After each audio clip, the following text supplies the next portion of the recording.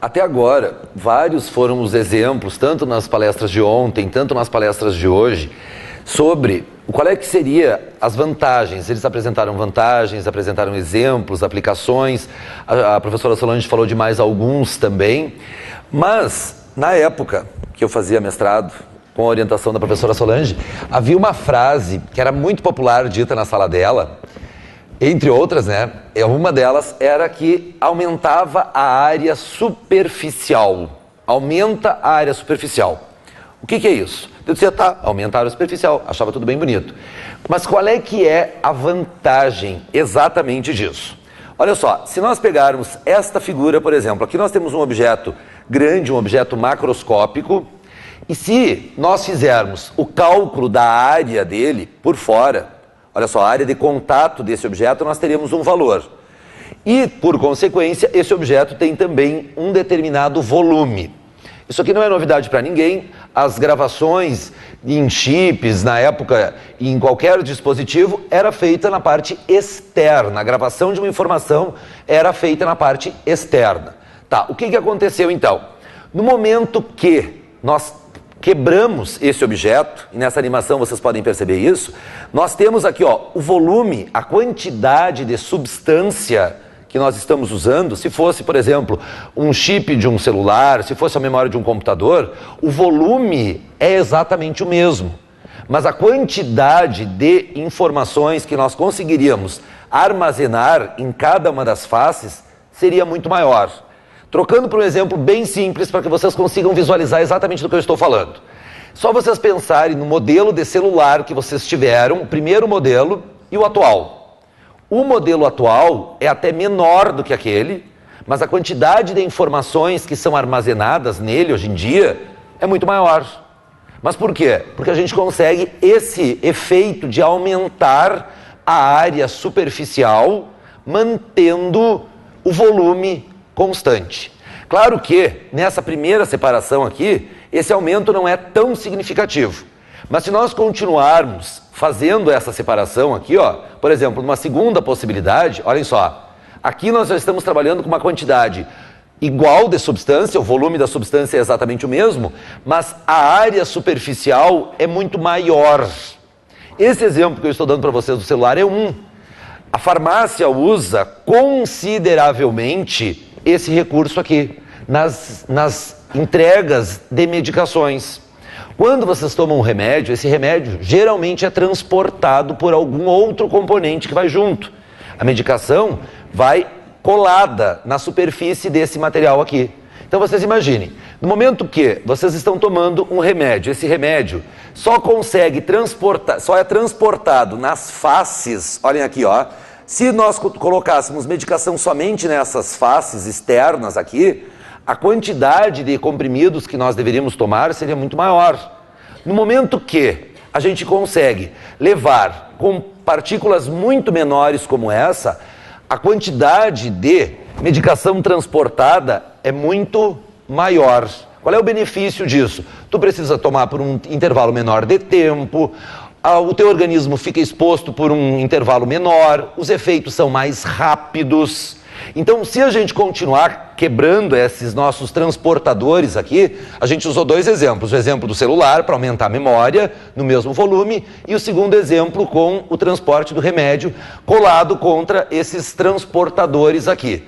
E se a gente for continuar quebrando, usando partículas cada vez menores, a gente consegue aumentar essa quantidade muito. Conseguimos aumentar consideravelmente essa quantidade transportada.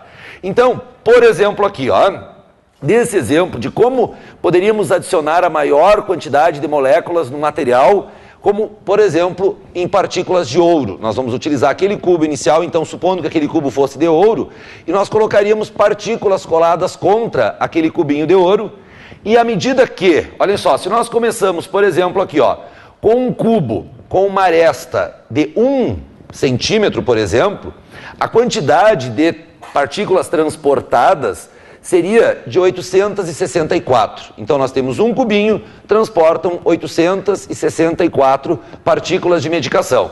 Se nós formos quebrando, como eu mostrei para vocês ali, a gente for dividindo e tornando as partículas cada vez menores, nós vamos chegar num ponto aqui embaixo, ó, se nós dividirmos aquele nosso cubo 12 vezes, ó, aresta dividida por 12, nós vamos chegar num ponto a transportar 10.368 partículas com a mesma quantidade inicial. Ou seja, nós usamos a mesma quantia de ouro, supondo que aquele cubinho fosse de ouro, nós usamos a mesma matéria-prima e a quantidade de remédio transportada foi mais de 10 vezes maior. O que impacta isso para ti, consumidor final? Para ti, consumidor final, o preço da medicação é menor. Trocando num português muito objetivo, tu vai pagar menos pelo remédio. Então, de um ponto de vista muito prático, neste aspecto aqui, a gente tem um exemplo desse transporte mais eficiente. Não quer dizer com isso que todos os componentes que trabalham com partículas deste tamanho sejam mais baratos. Esse exemplo que eu dei para vocês aqui é um exemplo ilustrativo para que vocês possam contar hoje de tardezinha, quando chegarem em casa, né, quando estiverem tomando chimarrão no calçadão, dá um exemplo aí de vantagem da nanociência. Então, aqui a gente tem uma dessas possibilidades. Pois bem, além disso, então, para que a gente possa visualizar isso, essa velocidade, essa maior eficiência quando a gente aumenta a área superficial, a gente fez um videozinho aqui que mostra a seguinte reação. Quando a gente tem uma partícula maior, uma partícula macroscópica, no caso aqui nós usamos as pastilhas efervescentes, e quando a gente coloca essa mesma pastilha esfarelada numa segunda possibilidade. Então vamos ver o videozinho. Olha só, aqui à esquerda, esfarelada, e à direita a pastilha inteira.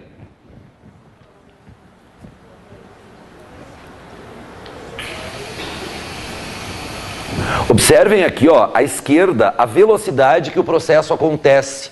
Enquanto que à direita, aqui, ó, ele vai demorando, é um processo que demora. Então, no momento que vocês tomam uma medicação em tamanhos maiores, pode isso, só deixa paralisado ali para nós, quase no final. Vamos passar. Vocês viram como foi rápido o processo? Vamos passar de novo, inclusive, olha aqui, ó.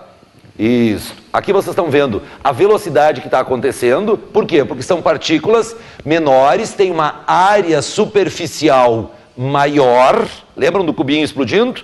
Então, aqui ó, nós esfarelamos a pastilha e a velocidade de reação foi muito maior.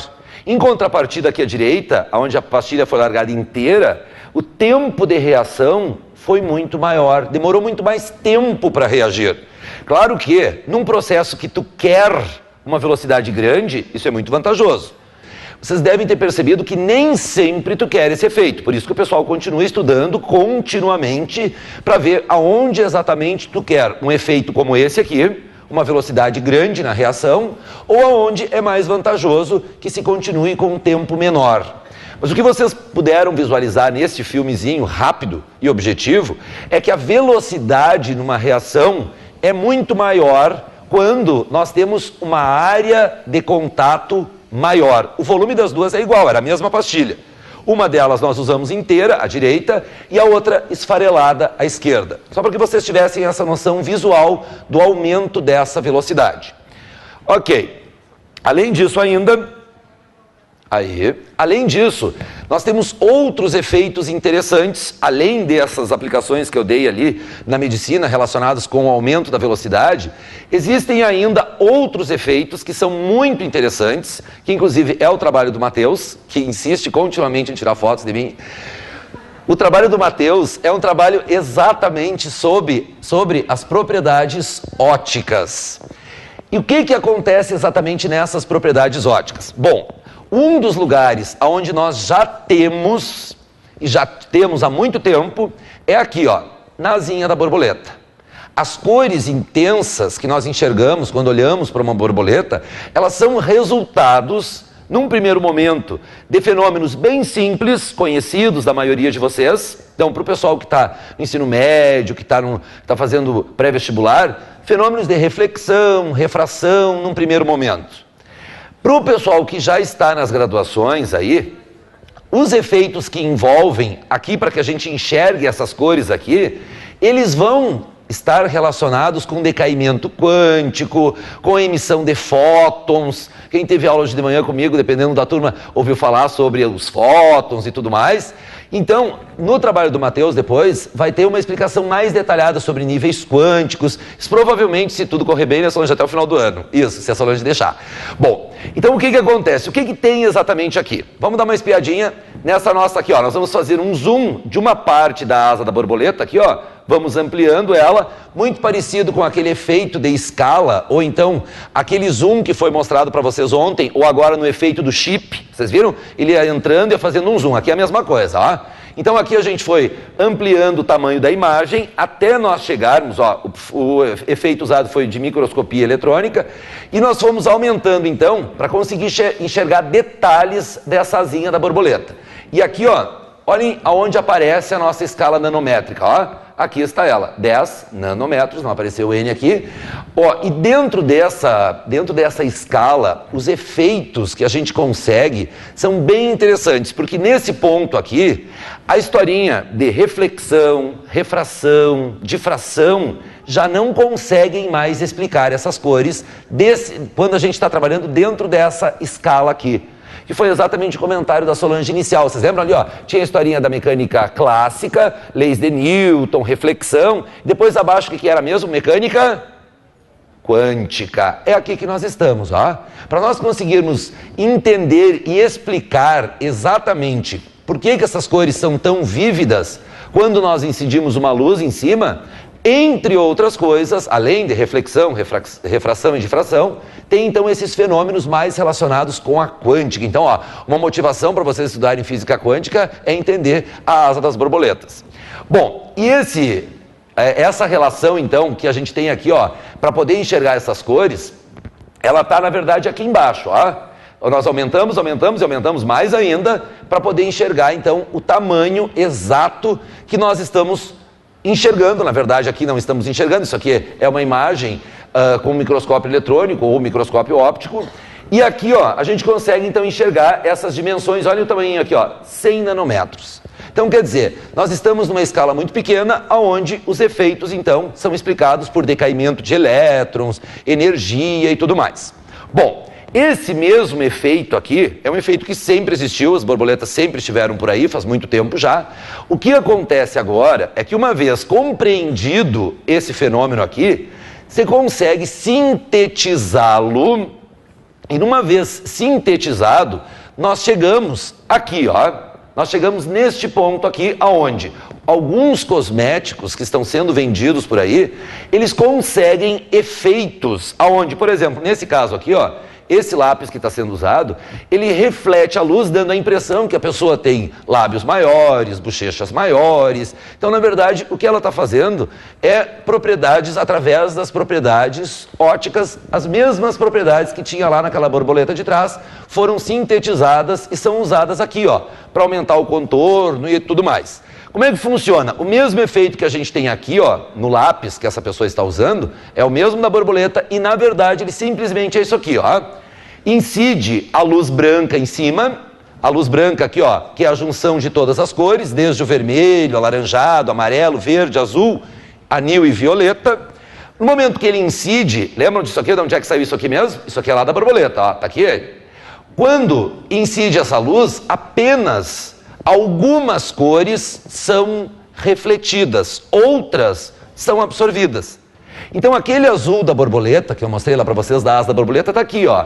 A cor que vem, que vai ser emitida, aqui eu estou falando numa linguagem mais simples, depois vocês vão ver, quando acessarem o material do Matheus, que tem um mundo quântico por trás disso, mas o que vocês precisam observar aqui é o seguinte: incide a luz, uma parte dessa luz é absorvida, e outra parte é refletida. No caso aqui, a parte refletida, no caso da asa da borboleta, foi em azul. E o mesmo efeito, então, se conseguiu sintetizar e usar com os cosméticos, com as maquiagens e tudo mais. Não adianta, gurias, eu sei que vocês devem estar pensando nesse momento que vão pegar uma borboleta e vão esfregar os lábios, para aumentar o tamanho. Não adianta, gurias, é um processo sintético, tá? Então, deixem as borboletinhas lá e esperem para comprar o material pronto já lá. Ok. Além disso ainda, esses efeitos óticos, um outro lugar que esses efeitos óticos também aparecem, e já faz um bom tempo, é aqui, ó, nas catedrais medievais, onde nós tínhamos, onde tem até hoje, os vidros coloridos.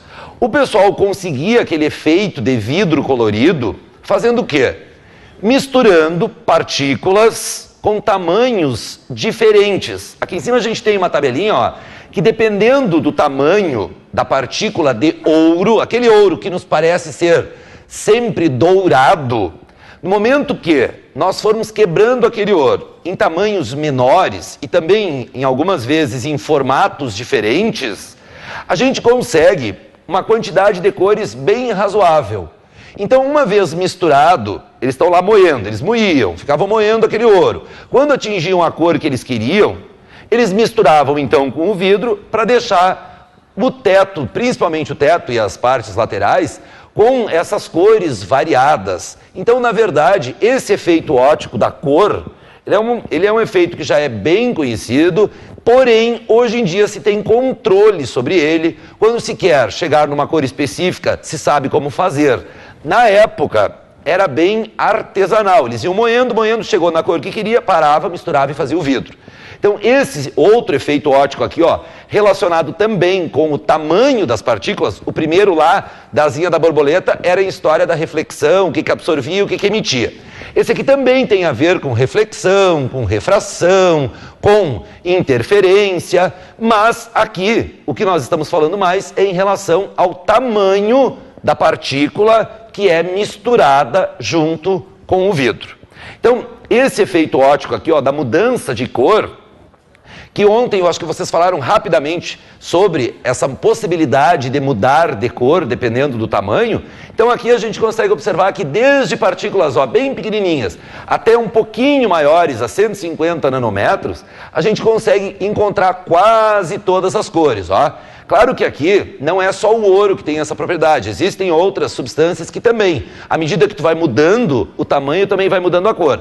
Mas o ouro é um dos que mais se destaca pela grande variedade de cores que aparece. Bom, e quando a gente fala sobre sobre partículas de diferentes tamanhos, ontem vocês ouviram falar bastante sobre nanotubo, sobre fulereno, sobre grafeno. Então, o que acontece exatamente? Alguns deles vocês já viram, aplicações, viram aonde é que dava para colocar, como é que funcionava. Uma vez mais ou menos localizado isso, nós organizamos também um material, que é esse sobre nanomateriais. Não é só esses três que existem, são os mais populares e os que têm a maior quantidade de aplicações. Isso aqui vocês já podem acessar no site do Mais Unifra, depois o Yuri vai mostrar direitinho como é que acessa, como é que se cadastra, como é que recebe as novidades, como posta os comentários e tudo mais. Mas aqui, ó, se vocês acessarem nanomateriais de carbono, tudo vocês já vão conseguir acessar e tudo parte aqui, ó, de uma ideia muito simples, que é o lápis que vocês estão usando aí para fazer as suas anotações, mandar as perguntas. Então aqui, ó, é o mesmo carbono, só que organizado de uma maneira um pouco diferente, e a gente consegue 3 subprodutos, consegue mais, mas os 3 esses é que a gente vai mostrar para vocês agora. Então vamos ver. Ó, clicando em cima dele, a gente então consegue 3 possibilidades num primeiro momento, a partir dessa distribuição do carbono, então, ó, estruturas, como é que é a estrutura ali daquele nosso carbono, e veio para cá, ó. Esse aqui é o fulereno, então se tu clicares em cima do fulereno, vamos clicar ali, Yuri. Aí, ó, a partir do carbono, então, a gente consegue produzir o fulereno, aqui está ele, ó. Ontem vocês viram até a professora Renata falando das aplicações com cosméticos, desse nosso fulereno, então, que é, aqui do lado vocês vão ter explicações sobre ele, propriedades, aonde ele é aplicado, ó, transporte de medicamentos pelo corpo humano. Depois a gente tem mais um aplicativo sobre esse transporte de medicamentos, porque o pessoal está muito preocupado querendo saber como é que faz esse transporte, Solange. Como é que faz, o que acontece, se todo o organismo recebe, qual é que é a vantagem disso? Chegou mais umas 2 ou 3 perguntas antes sobre isso. Então aqui, ó, depois ainda tem outros tipos de fulereno, ó, esse aqui é o mais popular, mas existem outros modelos também, ó. Aquele ali, o anterior, é o mais conhecido, é o mais usado, mas existem os outros modelos também. Aí se vocês clicarem aqui de volta, ó, vocês vão ter acesso aos outros 2 também. Vamos ver. Aqui a gente tem um nanotubo, ó, o nanotubo também começa com uma fina camada de carbono. Quando vocês clicarem em cima, ele vai mostrar o procedimento de construção, ó. Aqui está ele, está o nosso nanotubo de carbono, então, que tem algumas aplicações que já foram mostradas. A gente mostrou o chip antes lá, que colocava os nanotubos para aumentar a capacidade e tudo mais. Aqui também existem outros tipos, vamos ver os outros tipos aqui, ó. Aqui é a organização diferenciada desses mesmos nanotubos e dependendo para que tu quer utilizar ele, tu usa um ou usa o outro. Vamos ver o terceiro então, que é o grafeno, aqui. Agora tranca tudo, hein, Yuri? Ó, a nanofita, então, que seria no caso o grafeno, tá ele colocado aqui. Esse aqui, ó, Prêmio Nobel da Física em 2010, bem popular. Esse grafeno, se vocês colocarem lá, o cara vai mostrar quais são as propriedades que ele conseguiu, de condução e de tudo mais relacionado com essa pequena distribuição de carbonos em cima de uma superfície, uma camadinha só de carbonos. Quando vocês escrevem com o lápis ali, ó, estão escrevendo, fazendo os exercícios de física, ficam várias camadas de carbono por cima da folha de papel. Aqui, o pessoal conseguiu só uma camadinha de carbono. Então, os efeitos que você consegue são muito maiores. Lembrando, como é que foi aquela nossa animação antes? Aumenta a área superficial no mesmo volume. Ok. Então, vamos continuar ali. Ah, tu queria mostrar os outros tipos, muito bem. Então, ó, além desse aqui mais comum, também o Yuri mostrou os demais tipos, mais ou menos parecidos até nesse aspecto aqui, inicial. E agora a gente volta lá para ver então como é que, aonde é que vocês podem estudar mais sobre isso. Vamos ver. Ok, então assim, ó, como saber mais sobre nanociência? Chegou perguntas antes, enquanto a Solange falava, e foi bem na hora que ela estava falando sobre o mestrado. Além do mestrado, a gente tem outras possibilidades também. Esse aqui é um dos blogs, ó, que vocês podem acessar sobre... Para que vocês acessem esse blog é muito fácil. Vocês coloquem ali no buscador do Google, Nanociência no Ensino. Vão aparecer mais ou menos umas 15 páginas.